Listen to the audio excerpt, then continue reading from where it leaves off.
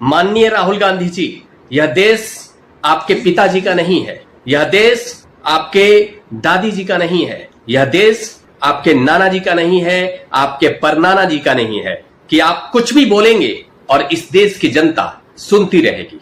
हमें मालूम है कितनी चिंता होती है आपको छात्रों की। 1966 में की सरकार ने छात्रों पर गोलियां चलवाई थी, छात्र मारे गए थे। 1975 में किसानों पर गोलियां चलवाई गई थी, किसान मारे गए थे। और आज आप चिंता कर रहे हैं छात्रों की, चिंता कर रहे हैं किसानों की, चिंता कर रहे हैं इस देश के नागरिकों की। कितना ज्यादा चिंतित हैं आप अपने सत्ता के लिए, यह सब कुछ देखने को मिलता है। कितनी हताशा आपके चेहरे पर देखने को मिलता है।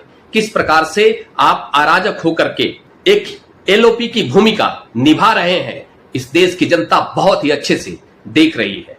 इस देश की जनता देख रही है और वो बहुत ही शर्मसार हो जाती होगी जब आपको एलओपी के रूप में देखती होगी, आपके वक्तव्य को सुनती होगी। इस देश की जनता इस प्रकार के एलओपी का वक्तव्य सुनती है जो कितना गैर जिम्मेदार होकर के एलओपी की भूमिका निभा रहा है।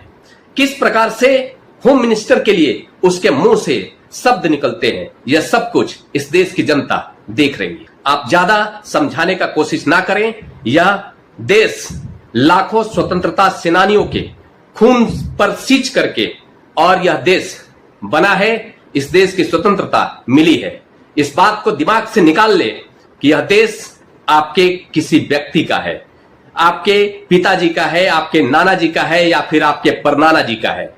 इस देश के संवैधानिक जो तौर तरीके हैं वो सबको मानना ही पड़ेगा। मैं ये नहीं कहता आपके दिमाग में अहंकार भरा हुआ है, क्योंकि आप इस देश के मालिक जो रहे हैं पिछले 70 साल से, तो अब वो हताशा देखने को मिलता है।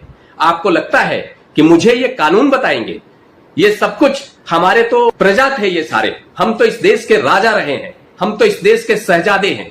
इस प्रकार से बर्ताव मत कीजिए, इस बात को दिमाग से निकाल लीजिए और इस बात को ध्यान रखिए। इस देश का एक एक नागरिक आपकी हर प्रकार के करतूतों को देख रहा है, समझ रहा है और जवाब देने के लिए तैयार है।